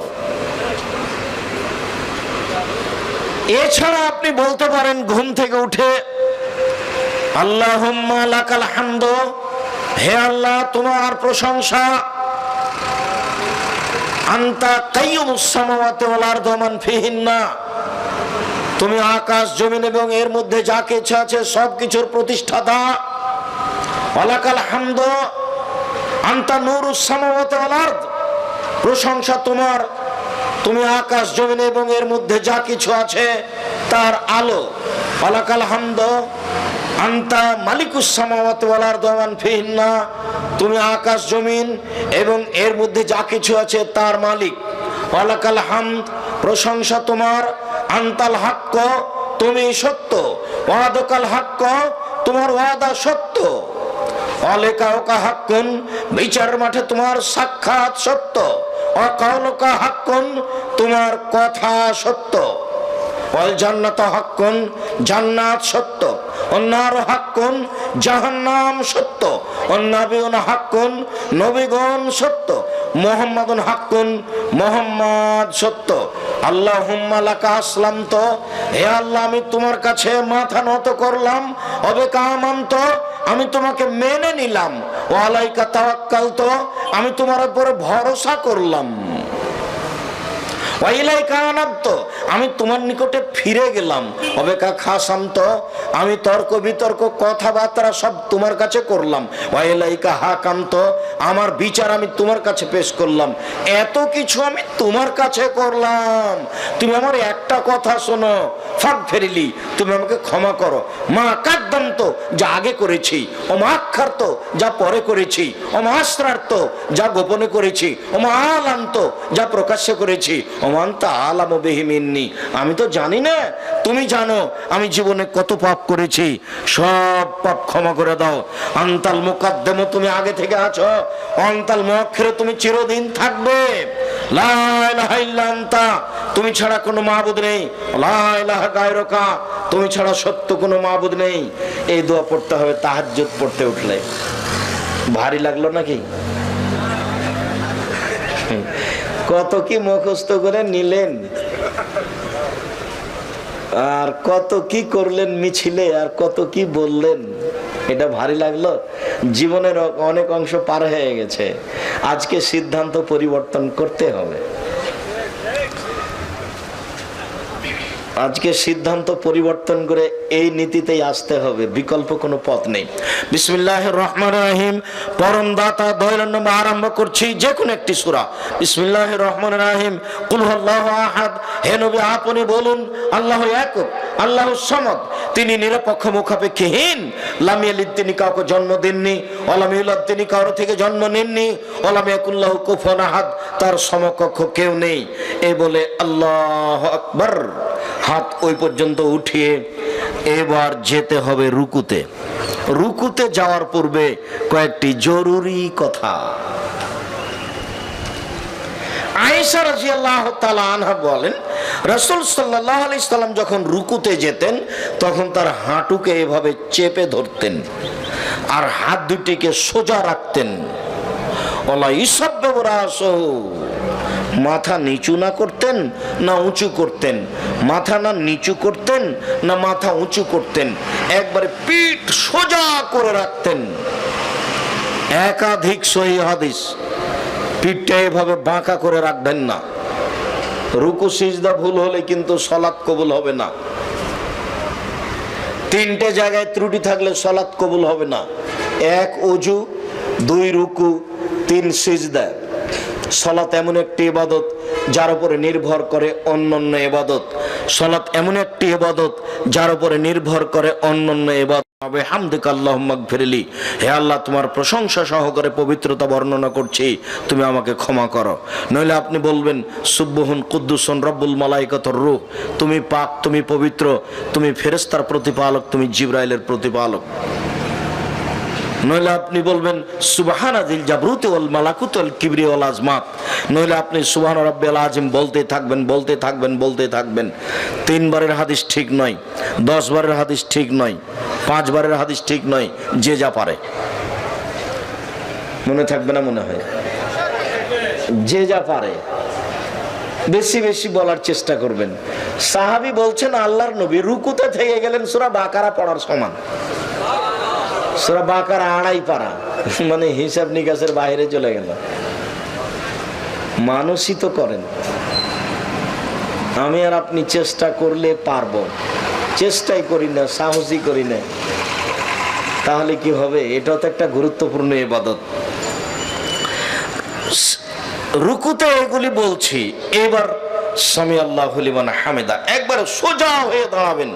আল্লাহ ওই লোকের প্রশংসা শুনলো যে তার প্রশংসা করলো। মিলাস সামাতে, আকাশ পরিমাণ প্রশংসা, মিলাল আরদ, জমিন পরিমাণ প্রশংসা, মিলামা বাইনাহুমা, আকাশ জমিনের মধ্যে যে ফাঁকা আছে এই পরিমাণ প্রশংসা, মিলামা শেতা মিন শাইন বাদো, এরপরে তুমি যত চাও তত তোমার প্রশংসা। এইগুলি বলে আপনি সিজদায় যাবেন। এই ছেলে, এইগুলি বলে আপনি সিজদায় যাবেন। সিজদায় অনেক দোয়া, সুবহান রাব্বিয়াল আলা, এছাড়া দোয়ার বই থেকে অনেক দোয়া মুখস্থ করে নেবেন। অন্যথায় কোরআনের আয়াত ব্যতীত যত হাদিসের দোয়া মুখস্থ আছে সব বলবেন। যদি ঋণ কর্জ থাকে তাহলে বলবেন আল্লাহ মাকফিনি বি হালালিকা আন হারামিক ওয়া আগনিনি বি ফাদলিকা মান সিওয়াকা। আর যদি খুব পাপ ক্ষমা চাচ্ছেন তাহলে বলবেন আল্লাহুম্মা ইন্নাকা আফুবুন তুহিব্বুল আফওয়া ফা'ফু আন্নি, হে আল্লাহ তুমি ক্ষমাশীল, ক্ষমাকে ভালোবাসো, আমাকে ক্ষমা করো। আর যদি মনে করেন যে আমি কত কি চাচ্ছি ঠিক বলতে পারি না, অনেক কিছু চাই, বাড়ি ঘর জমি জায়গা চাই, তাহলে আপনি বলবেন আল্লাহুম্মা রাব্বানা আতিনা ফিদ দুনিয়া হাসানাতাও ওয়া ফিল আখিরাতি হাসানাতাও ওয়া কিনা আযাবান্নার। যখন আপনি এই আয়াতের সাথে আল্লাহুম্মা লাগিয়ে দিবেন তখন এটা আর কোরআন মাজিদের আয়াত থাকবে না। কোরআন মাজিদের আয়াত রুকু সিজদায় পড়া নিষেধ, কিন্তু যখন আপনি এইভাবে বলবেন, আল্লাহুম্মা রাব্বানা আতিনা ফিদ দুনিয়া হাসনাতাও ওয়া ফিল আখিরাতি হাসনাতাও ওয়া কিনা আযাবান নার, হে আল্লাহ তুমি আমাকে ইহকালে কল্যাণ দাও, পরকালে কল্যাণ দাও, তুমি আমাকে জাহান্নাম থেকে বাঁচাও, তখন এটা হাদিসের দোয়া হয়ে যাবে। আপনি সিজদায় এই দোয়া পড়তে পারেন। সিজদায় বেশি বেশি দোয়া কবুল হয়। রাসূল সাল্লাল্লাহু আলাইহি সাল্লাম বলেছেন, সিজদা হচ্ছে দোয়া কবুলের জন্য উপযুক্ত জায়গা। রাসূল সাল্লাল্লাহু আলাইহি সাল্লাম বলেন, উমিরতু নাসজুদ আলা সাবাতে আযাম, আমাকে 7 হাড়ের উপরে সিজদা করতে বলা হয়েছে। নাক কপাল 1, 2 হাত 3, 2 হাঁটু 5, 2 পায়ের বৃদ্ধাঙ্গুল, এ হলো 7 হাড়ের উপরে সিজদা করতে বলা হয়েছে। নাক কপাল একবারে আগিয়ে রাখবেন যাতে করে আপনার এই শরীরটা লম্বা হয়, আর পাগুলি জমা করে রাখবেন, 2 পায়ের মাঝে ফাঁকা রাখবেন না, হাতগুলিকে কানের পাশে রাখবেন, নইলে কাঁধ সামনাসামনি রাখবেন, উঠিয়ে রাখবেন। রাসূল সাল্লাল্লাহু আলাইহি সাল্লাম বলেছেন, কুকুর যেভাবে হাত মাটির উপরে বিছিয়ে দেয়, তোমরা এভাবে হাত মাটির উপরে বিছিয়ে দিও না, কোনোকে উঁচু করে রাখো। নারী পুরুষ সবাই কোনোই উঁচু করে রাখবে। আপনি বলবেন সুবহানা রাব্বিয়াল আলা, আরো অনেক দোয়া। এরপরে আপনি উঠে আসেন, আল্লাহুম্মা গফিরলি ওয়ারহামনি ওয়াহদিনি ওয়াফিনি ওয়ারযুকনি, হে আল্লাহ তুমি আমাকে খেতে দাও, আমাকে রুজি দাও, আমাকে বরকত দাও, আমাকে বেকায়দায় ফেলো না। এরপরে আপনি আবার সিজদায় যাবেন, দোয়া পড়বেন, যত দোয়া আপনার মুখস্থ আছে কোরআন মাজিদের আয়াত ব্যতীত। এরপরে উঠে আসেন, এ হলো 1 রাকাত, এভাবে আর 1 রাকাত। এবার আপনি আত্তাহিয়াতের বৈঠকে বসেছেন, বাম হাতের আঙ্গুলগুলি জমা জমা করবেন, বাম পায়ের পাতার উপরে বসবেন, ডান হাত এই 2টি আঙ্গুল জমা করবেন, তৃতীয় আঙ্গুলের নখের উপরে বৃদ্ধাঙ্গুলের পেটটা রেখে হাঁটুর উপরে রেখে দিবেন। এই আঙ্গুলটা অবিরাম নড়বে, এই আঙ্গুলটা অবিরাম নড়বে। আত্তাহিয়াতু লিল্লাহি ওয়াস সালাওয়াতু ওয়াত তাইয়্যিবাতু, সমস্ত ইবাদত আল্লাহর জন্য। আসসালামু আলাইনা ওয়া আলা ইবাদিল্লাহিস সালিহিন, শান্তি আমাদের উপরে, শান্তি সকল ভালো মানুষের উপরে। আশহাদু আল্লা ইলাহা ইল্লাল্লাহু ওয়াহদাহু লা শারীকা লাহু ওয়া আশহাদু আন্না মুহাম্মাদান আবদুহু রাসূলুহু, আমি সাক্ষ্য দিচ্ছি আল্লাহ ছাড়া কোনো মাবুদ নেই, আমি সাক্ষ্য দিচ্ছি মুহাম্মদ সাল্লাল্লাহু আলাইহি সাল্লাম তার বান্দা এবং তার রাসূল। আল্লাহুম্মা সাল্লি আলা মুহাম্মাদ ওয়া আলা আলি মুহাম্মাদ কামা সাল্লাইতা আলা ইব্রাহিম ওয়া আলা আলি ইব্রাহিম ইন্নাকা হামিদুম মাজিদ, হে আল্লাহ তুমি মুহাম্মদ সাল্লাল্লাহু আলাইহি সাল্লাম ও তার বংশধর প্রতি শান্তি অবতীর্ণ করো, যেমন ভাবে ইব্রাহিম আলাইহিস সালাম ও তার বংশধর প্রতি শান্তি অবতীর্ণ করেছিলে। তুমি প্রশংসনীয়, তুমি জ্ঞানী। আল্লাহুম্মা বারিক আলা মুহাম্মাদ ওয়া আলা আলি মুহাম্মাদ কামা বারাকতা আলা ইব্রাহিম ওয়া আলা আলি ইব্রাহিম ইন্নাকা হামিদুম মাজিদ, হে আল্লাহ তুমি মুহাম্মদ সাল্লাল্লাহু আলাইহি সাল্লাম ও তার বংশধর প্রতি বরকত নাজিল করো, যেমন ভাবে ইব্রাহিম আলাইহিস সালাম ও তার বংশধর প্রতি বরকত নাজিল করেছিলে। তুমি প্রশংসনীয়, তুমি জ্ঞানী। আল্লাহুম্মা ইন্নী যালামতু নাফসি যুলমান কাসীরা, হে আল্লাহ জীবনে খুব পাপ করেছি, ফাগফিরলি তুমি আমাকে ক্ষমা করো।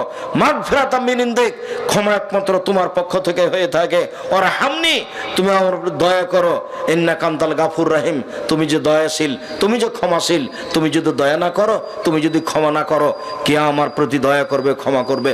আল্লাহুম্মা নাউযু বিকা মিন আযাবি জাহান্নাম, হে আল্লাহ আমি তোমার কাছে জাহান্নাম থেকে বাঁচতে চাই। ওয়াউযু বিকা মিন আযাবিল কবর, আমি তোমার কাছে কবরের শাস্তি থেকে বাঁচতে চাই। ওয়াউযু বিকা মিন ফিতনাতিল মাসীহিদ দাজ্জাল, তোমার কাছে দাজ্জালের ফিতনা থেকে বাঁচতে চাই। ওয়াউযু বিকা মিন ফিতনাতিল মাহি ওয়াল মামাত, তোমার কাছে বাঁচতে চাই ইহকালের বিপদ, তোমার কাছে বাঁচতে চাই বড় পরকালের বিপদ, তোমার কাছে বাঁচতে চাই ইহকালের বিপদ হতে, তোমার কাছে বাঁচতে চাই পরকালের বিপদ হতে। আল্লাহুম্মা নাউযু বিকা মিনাল মা'সা ওয়াল মাগরাম, তোমার কাছে বাঁচতে চাই ঋণ কর্জ হতে, তোমার কাছে বাঁচতে চাই বড় পাপ হতে। ভুলেও কোনোদিন ঋণ কর্জ নিয়ে ব্যাংক থেকে টাকা উঠিয়ে ব্যবসা করবেন না। ব্যাংকে চাকরি করেন সেই জন্য লোন নিয়ে বাড়ি করেছেন, মরলেই বোঝা যাবে কাজ উলট পালট হয়ে গেছে। আল্লাহ রাসূল বললেন, এ লোকের ঋণ আছে, জি, তা আমি গেলাম, তোমরা জানাজা করো। যার ঋণ আছে তার জানাজা নেই। ভুলে কোনোদিন ঋণ নিয়ে জীবিকা নির্বাহ করার চেষ্টা করবেন না। আমি আপনাদের বহুদিন পরামর্শ দিয়েছি, এমনভাবে ব্যবসা শুরু করেন 200 টাকা হলেই হবে। 200 টাকার ব্যবসা দেশে আছে, আপনি কোটি টাকা দিয়ে ঋণ নিয়ে কাজ করতে যাবেন কেন? কথা চট করে এই কথাটাতে মনে পড়ে গেল, আব্দুল্লাহ যে কথা বললো যে রাজশাহীতে বোনকে জমি দেওয়া হয়, তো সেই লোক কি যেন ডক্টরেট করছে কি বিষয়ে, তো আমার কাছে আসলে এসে কিছু জিজ্ঞাসা করছে। তো জিজ্ঞাসার এক পর্যায়ে আমাকে বলছে যে আপনার আব্বা তো মারা গেছেন। বলে জি। তো জমি জায়গা? আমার আব্বাকে মাটি দেওয়ার পরে জমি জায়গা ভাগ করার পরে খেয়েছি রাতে। বলছে যে আমি এই কথাটা নোট করে নিলাম, এই কথাটা আপনার থেকে যাবে আমার বইয়ে, সেটা আপনার ব্যাপার। আমার আব্বাকে মাটি দিয়ে এসে আগে জমি জায়গা ভাগ করে খাওয়া দাওয়া করেছি। যদি জমি জায়গার ভাগ আমরা নিই না, আমি তো কিছু চিনি, আমার ছোট ভাই জমি চিনি না। যেটুকু আমার আবার জমি, আমার বোনেরা ওদের স্বামীরাই জমি চাষ করে খায়, আমরা ওটা নিয়ে কোনোদিন খেয়াল করিনি, ওটা হিসাবও করি না, ওখানে কি হয় তা কোনোদিন জিজ্ঞাসাও করি না। তো আমি আপনাদের অনেক বলেছি অনেক সময় যে আপনার দাদা মারা গেছেন, তো আপনার বাপ জমি ভাগ পাবে সকালে আর আপনার ফুফু পাবে বিকালে, এরকম কি না? দুজন একসাথেই, দুজন একসাথেই। এটাই শরীয়ত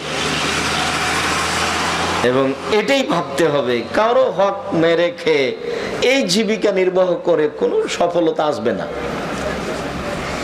জীবিকা নির্বাহের উপরে খুব সতর্ক হয়ে যান। এইসব জীবিকা নির্বাহের প্রয়োজন নাই, যাদের অবৈধ উপার্জন আছে। মধ্যখানে আর একটা জরুরি কথা থেকে গেল, জীবনে একটা কাজ কোনো সময় আপোষ করবেন না, সেটা হলো সলাত নামাজ। একটু পরে পড়বো এই কথা জীবনে কোনোদিন বলবেন না। 2, হালাল রুজি জীবন বাজি রেখে হলেও করতে হবে। 3, কোরআন মাজিদ তেলাওয়াত করা। 4, দোকানপাটে বসে গল্প জমাবেন না। এই 4টা কথা মনে রাখবেন। আমি সলাতের শেষের দিকে আসছি, তবে আপনাকে আমি জরুরি অনুরোধ করে সলাতের সাথে সাথে এই 4টা কথা মনে রাখার জন্য অনুরোধ জানাচ্ছি। 1, 5 ওয়াক্ত সলাতের সাথে কোনো সময় আপোষ করবেন না, ছেলে মেয়ে বউ বেটি সবাই। 2, হালাল রুজি। 3, কোরআন তেলাওয়াত। 4, দোকানপাটে বসে গল্প। দোকান বসবেন, ওখানে টিভি চলছে, জীবনটা একেবারে ষোলো আনায় মিছে। আর ছেলে মেয়েকে এত মোবাইল ব্যবহার করতে দিবেন না, এগুলো সব বন্ধ করতে হবে। সমাজের জাতির ছেলে মেয়ের চরিত্র আপনার সহযোগিতায় ধ্বংস হয়ে যাচ্ছে, এটা আপনাকে খুব ভালোভাবে খেয়াল করতে হবে আহাল পরিবারের ওপরে। আর মুসলিম বোন, আমি আপনাকে অনুরোধ জানিয়ে বলছি, আপনি গভীর রাত মনে করে হয়তো বা কষ্ট পাচ্ছেন বা চলে গেছেন, আপনার জন্য জান্নাতের সব দরজা খোলা। এদিকে দেখেন 4টা কাজ করতে পারলে, 1, 5 ওয়াক্ত সালাত আদায় করবেন। 2, রমজান মাসে সিয়াম পালন করবেন। 3, স্বামীকে মেনে চলবেন, তিতা লাগলেও মিঠা লাগলেও। স্বামীকে মেনে চলতে হবে, এই কথাই ঠিক, তিতা লাগলেও মিঠা লাগলেও। 4, জেনায় লিপ্ত হবেন না। যদি কোনোদিন দুর্ঘটনা হয়ে গিয়েও থাকে তাহলে তওবা করেন, ভালো পথ ফিরে আসতে পারবেন, ভালো পথে ফিরে আসতে পারবেন ইনশাআল্লাহ। 4টা কাজ থেকে বিরত থাকেন, 4টা কাজ করেন, জান্নাতের সব দরজা খোলা। 1, 5 ওয়াক্ত সালাত আদায় করবেন। 2, রমজান মাসের সিয়াম পালন করবেন। 3, স্বামীকে মেনে চলবেন, তিতা লাগলেও মিঠা লাগলেও। অনেক সময় স্বামীকে মেনে চলা যায় না, তার মুখের গালি, তার অকথ্য ভাষা অনেক কষ্ট দেয়, যার কারণে মনটা খুব কষ্ট পায়। 1 গ্লাস পানি চাইলে গ্লাসটা নিয়ে সামনে গিয়ে একবারে থেকনা দিয়ে রেখে দেওয়া হয়। সেটা যাই হোক, যেহেতু এর সাথে সংসার করছেন, কাজেই স্বামীকে মেনেই চলতে হবে, যতই খারাপ লাগুক। আমার আর আপনার কিছু করার নেই, রাসূল সাল্লাল্লাহু আলাইহি ওয়াসাল্লাম এভাবে বলেছেন। 4, জেনায় লিপ্ত হবেন না, জান্নাতের সব দরজা খোলা। আপনাকে আরো একটি অনুরোধ করে যাচ্ছি, জরুরি প্রয়োজন ছাড়া বাড়ির বাইরে যায়েন না। জরুরি প্রয়োজন ছাড়া বাড়ির বাইরে যায়েন না। বাড়ির বাইরে গিয়ে নিজের মান সম্মান রক্ষা করা যাবে না। কোনো মহিলা বাড়ির বাইরে গিয়ে তার মান সম্মান রক্ষা করতে পারে না। কোনো মহিলা পয়সা উপার্জন করে, চাকরি বাকরি করে মান সম্মান রক্ষা করতে পারে না।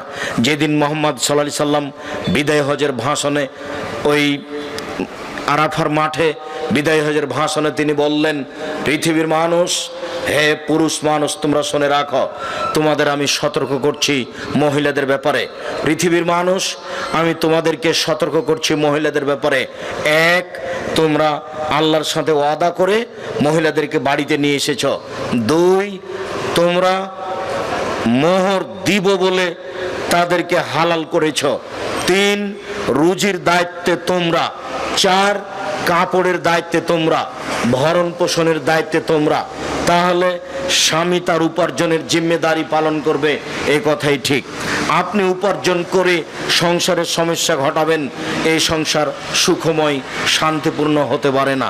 যেখানে গন্ডগোল আছে, হইচই আছে, মারামারি আছে, মুখ কথা কাটাকাটি আছে, সেটা সংসার নয়।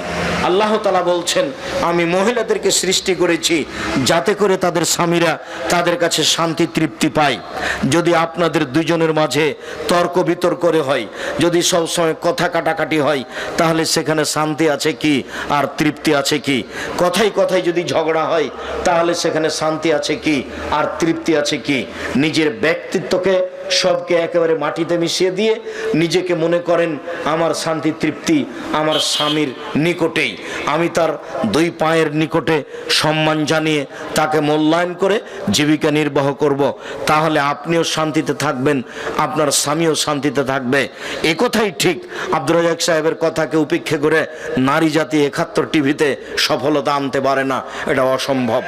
আমি বহুদিন বলেছি, নারীদেরকে সৃষ্টি করা হয়েছে বাচ্চা প্রসবের জন্য এবং স্বামীকে শান্তি তৃপ্তি দেওয়ার জন্য।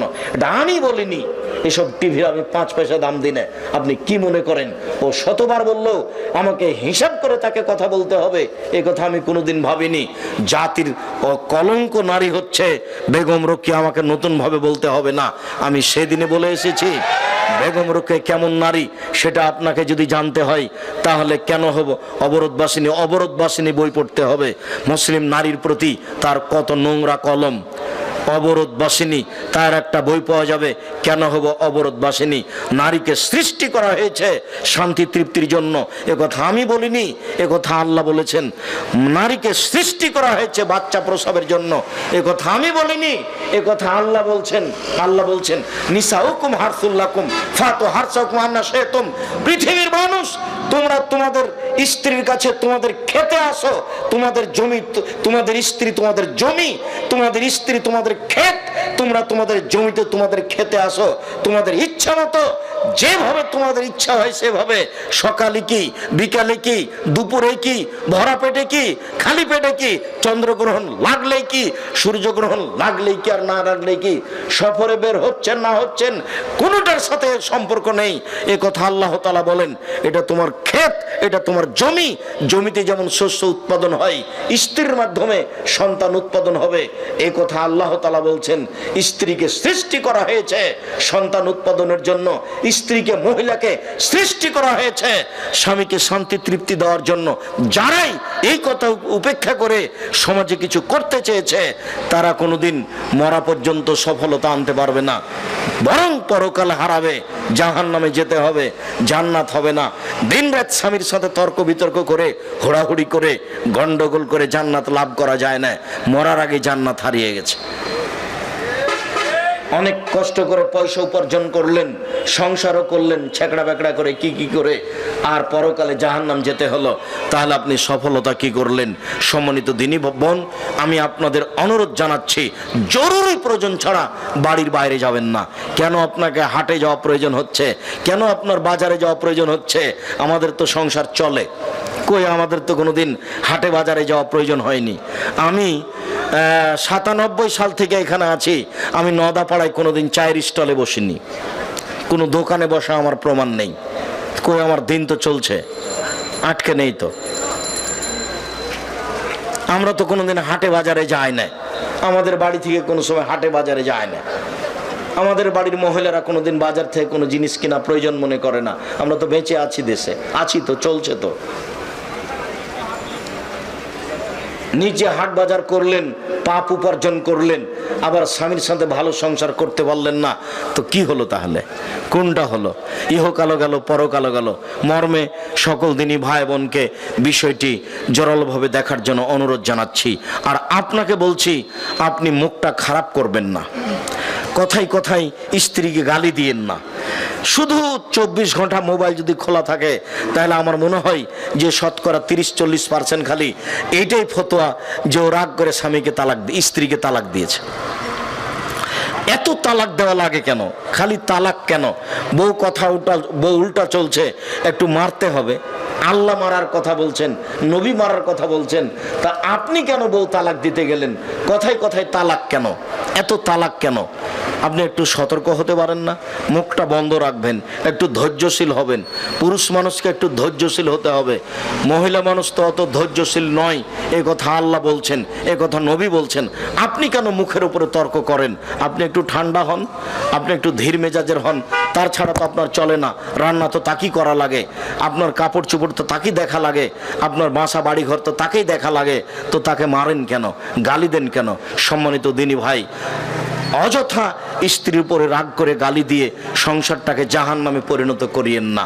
শাদী জাহান্নাম ভি হয়, শাদী জান্নাত ভি হয়। বিবাহ জাহান্নামও বটে, বিবাহ জান্নাতও বটে। জোর করে স্বামী স্ত্রী মিলে এই সংসারটাকে জাহান্নামে পরিণত করিয়েন না। মর্মে শেষের দিকে এসে জরুরি দু একটি কথা। তার একটি কথা হলো এই, আমার জীবনে বড় স্বাদ, এদেশের মাটিতে আমি উন্নত মানের প্রতিষ্ঠান গড়বই ইনশাআল্লাহ। এটা আমার জীবনে বড় স্বাদ।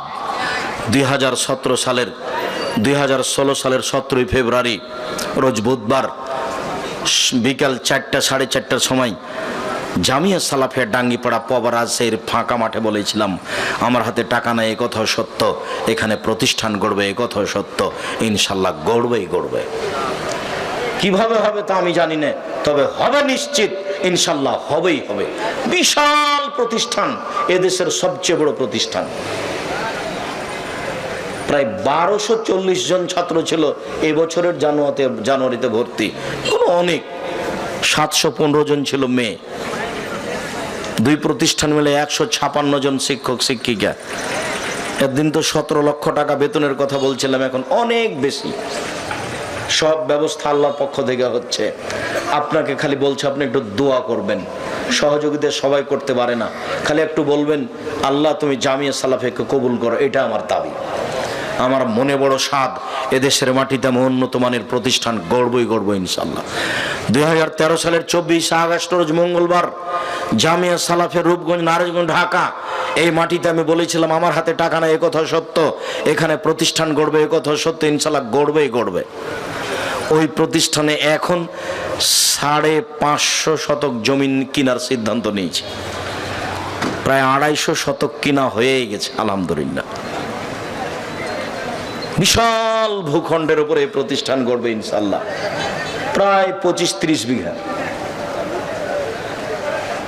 আমি আপনাদের কাছে দুয়ার ভিখারি। ওপরে যদি একটু নড়চড় হয়ে যায় তাহলে কিছু করা যাবে না, আর উপর যদি ঠিক থাকে তাহলে এগুলো সব সহজ ঠিক।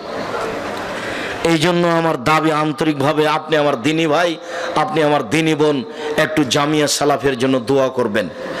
জামিয়া সালাফিয়ার সাথে আরো যত প্রতিষ্ঠান রয়েছে, অনলাইন আল ইতেশাম টিভি রয়েছে, জামিয়া সালাফিয়ার সাথে আপনার এই মাসিক আল ইতেশাম পত্রিকা রয়েছে।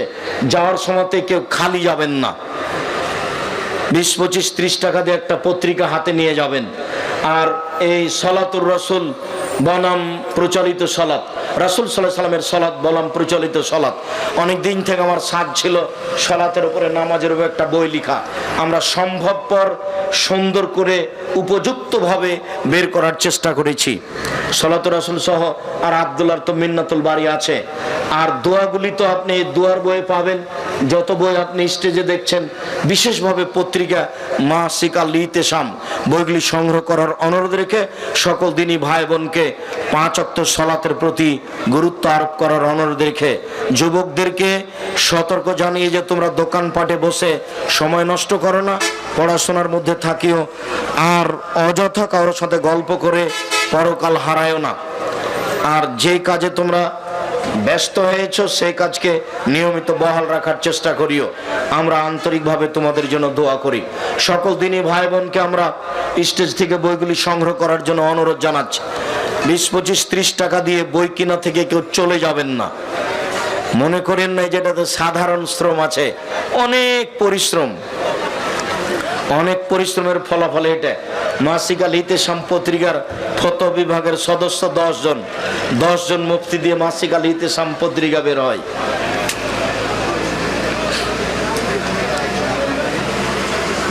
জিজ্ঞাসা, ভাস্কর্য ইস্যুতে তাওহীদি জনতার করণীয় কি? ভাস্কর্য মূর্তির মধ্যে কোনো পার্থক্য নেই। এইসব বক্তব্য আমার কঠোরভাবে আছে, নতুনভাবে কিছু বলার প্রয়োজন আছে তা আমি মনে করি না। আর যারা পার্থক্য দেখিয়েছে ভাস্কর্য মূর্তির, তাদের বিচার দুইবার হবে, ইহকালও হবে, পরকালও হবে। তা হবেই। এসব জাতির সামনে মূর্খামি পেশ করার কোনো অর্থ আসে না। নূহ আলাইহিস সালামের যুগে যেই ভাস্কর্যগুলো করা হয়েছিল সব পরহেজগার মানুষের ছিল। এক ভাই বলেছেন, সবচাইতে বড় শিরক হলো আল্লাহর আইন ব্যতীত অন্য আইন প্রতিষ্ঠা থাকলে, অর্থাৎ মানব রচিত আইন থাকলে মানুষের অন্য ইবাদত কবুল হবে না। কথাটা ঠিক হয়নি, ওটা একটা মহাপাপ। আল্লাহর সাথে শিরক করা সবচেয়ে বড় পাপ। এটা শিরকের অন্তর্ভুক্ত কিনা এটাই অস্পষ্ট। কবরে গেলে সবচেয়ে বড় পাপ হয়, কবরের কাছে কিছু চাইলে বড় পাপ হয়, পীর সাহেবের কাছে বাচ্চা চাইলে বড় পাপ হয়, কবরে মানত মানলে বড় পাপ হয়। দিনী ভাই বোন সবাই বইগুলির প্রতি লক্ষ্য রাখবেন। আর মিন্নাতুল বারী হচ্ছে আব্দুল্লাহর লেখা। বুখারীর বাংলা ব্যাখ্যা ব্যতিক্রম। বুখারীর বাংলা ব্যাখ্যা মিন্নাতুল বারী। অন্যান্য যা বই আছে সবই দেখবেন। আর উপদেশ বই তো আছেই, যখন যে আলোচনা করি সেটা উপদেশ বইয়ে আছে। আজকের যে আলোচনা করছিলাম এটা উপদেশ বইয়ে আছে। ওস্তাজি, প্রশ্নের উত্তর পর্ব আছে। আচ্ছা, ইমাম যদি পীরের মুরিদ হয় তাহলে তার পিছে সালাত হবে কি? জি না, ইমাম পীরের মুরিদ হলে তার পিছনে সালাত হবে না, তার আকীদা ঠিক নেই। কেউ যদি নবীকে নূরের তৈরি নবী, গায়েব জানে, নবী হাজের নাজের, এমন আকীদা রাখলে তার পিছনে সালাত হবে? জি না। শায়েখ, আসসালামু আলাইকুম। আমার মেয়ের জন্মের 7ম দিনে আকিকা দিই এবং মাথার চুল মন্ডন করি। তার কি আর চুল মন্ডন বা ছাঁটাই করা যাবে? করতে পারেন, না করাই ভালো। সমস্যা হলে করতে পারেন। মেয়েদের আর চুল কাটার কথা দেখা যায় না, চাচার কথা দেখা যায় না, ছোট করার কথা আছে। রাসূল সাল্লাল্লাহু আলাইহি সাল্লামের বাবা মা কি জাহান্নামী নাকি জান্নাতি? রাসূল সাল্লাল্লাহু আলাইহি সাল্লাম জাহান্নামের কথাই বলেছেন। রাসূল সাল্লাল্লাহু আলাইহি সাল্লাম মায়ের জন্য সুপারিশ, ক্ষমা চাওয়ার অনুমতি চেয়েছিলেন। আল্লাহ ক্ষমা চাওয়ার অনুমতি দেননি। আর নিজের চাচা চোখের সামনে ওনাকে কালেমা পড়াতে পারেননি, ও জাহান্নামে যাবে। যে সামনে যিনি লালন পালন করেছেন, ঘরে রেখেছেন, বিপদে আপদে, তাকে জান্নাতে নিয়ে যাওয়া যাচ্ছে না? বাপ মা জান্নাতে যাবে না।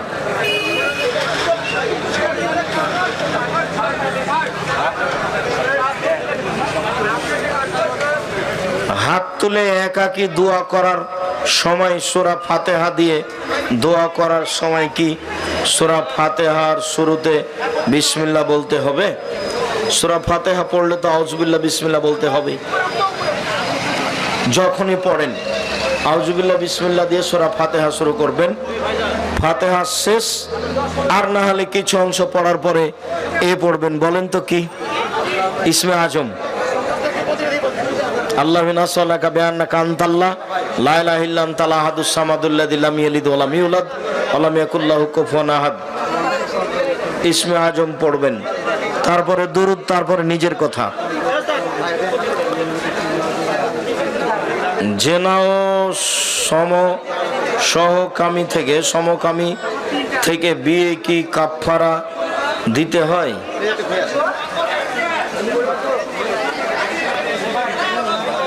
জেনা ও সমকামিতা থেকে ফিরে কাফারা নেই, এগুলো কাবিরা গুনাহ, তওবা করতে হবে। বিচার হলে হলো, বিচার না হলে তওবা, আল্লাহ ক্ষমা করতে পারেন, তিনি সর্বশক্তিমান, নিরাশার কিছু নেই। পুত্র সন্তান হলে গরু জবাই করে এলাকার জনগণকে খাওয়ার এমন মানত করা যাবে কি? মানত করলে দিতেই হবে, মানত করে কোনো লাভ নেই। তবে যদি মানত করে থাকেন তাহলে জবাই করেন, তবে এটা আকিকা হিসাবে জবাই করবেন না, আগের দিন করে নিয়েন সন্ধ্যার সময়।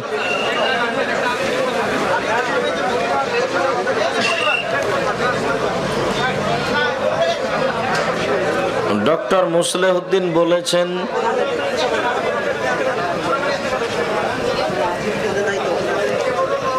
কি মাস্ক পরতে হবে, সেটা কারণ নাম আপনার পেশ করার কি প্রয়োজন? না, রাসূল সাল্লাল্লাহু আলাইহি সাল্লাম সাদলে আয়ুগাত্তার রাজুল ফাহ, কোন ব্যক্তির কথা এখানে বলতে হবে না, প্রয়োজন নেই। রাসূল সাল্লাল্লাহু আলাইহি সাল্লাম কাপড় টাকনোর নিচে ঝুলিয়ে পড়তে নিষেধ করেছেন, আর সালাতের সময় মুখ ঢাকতে নিষেধ করেছেন। জি, আর কে কি বলেছে ওটা আমার কারণ আগে থেকে আছে, যে নতুন ভাবে জানানোর কোনো প্রয়োজন নাই। আর আমি কারো কথা হিসাব করে কথা বলতে হবে এটা কোনোদিন প্রয়োজন মনে করিনি।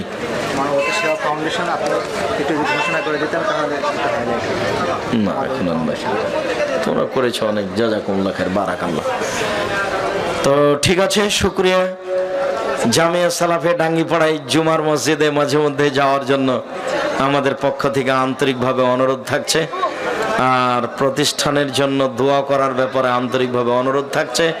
আর আজকের বিবরণ অনুযায়ী বিশেষভাবে 5 ওয়াক্ত সালাত যে কোনো মূল্যে আমল করার জন্য অনুরোধ থাকছে। বাপ মায়ের সাথে ভালো আচরণ, পাড়া প্রতিবেশী, আত্মীয় স্বজন